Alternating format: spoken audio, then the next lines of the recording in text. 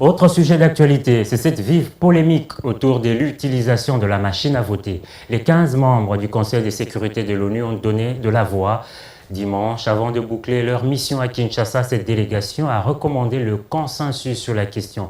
Cependant, dans les milieux des parties prenantes au processus électoral, les violons sont encore loin de s'accorder.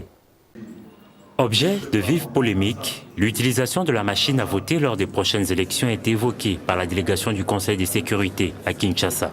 Nous avons indiqué que des progrès supplémentaires dans les préparatifs techniques, ainsi qu'un dialogue avec toutes les parties pour, encore une fois, créer un consensus le plus large possible sur l'utilisation des machines à voter, seraient bienvenus pour renforcer, encore une fois, la crédibilité du scrutin qui est notre objectif.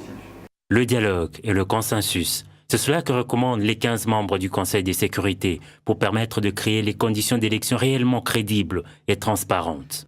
Dans les milieux des parties prenantes au processus électoral, cette recommandation est différemment accueillie. À l'opposition, la machine à voter est simplement illégale. La majorité a tout intérêt que la machine soit démise pour faire passer son dauphin et nous considérons que la loi interdit ça.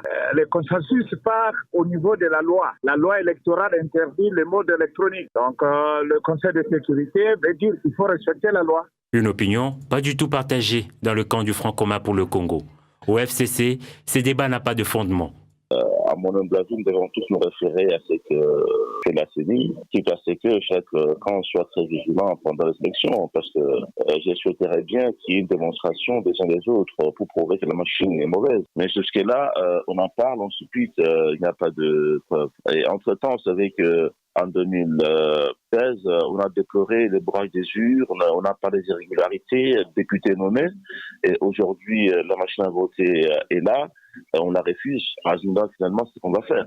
Il faut préciser que cette délégation du Conseil de sécurité a bouclé son séjour dimanche soir après avoir rencontré toutes les parties prenantes au processus électoral.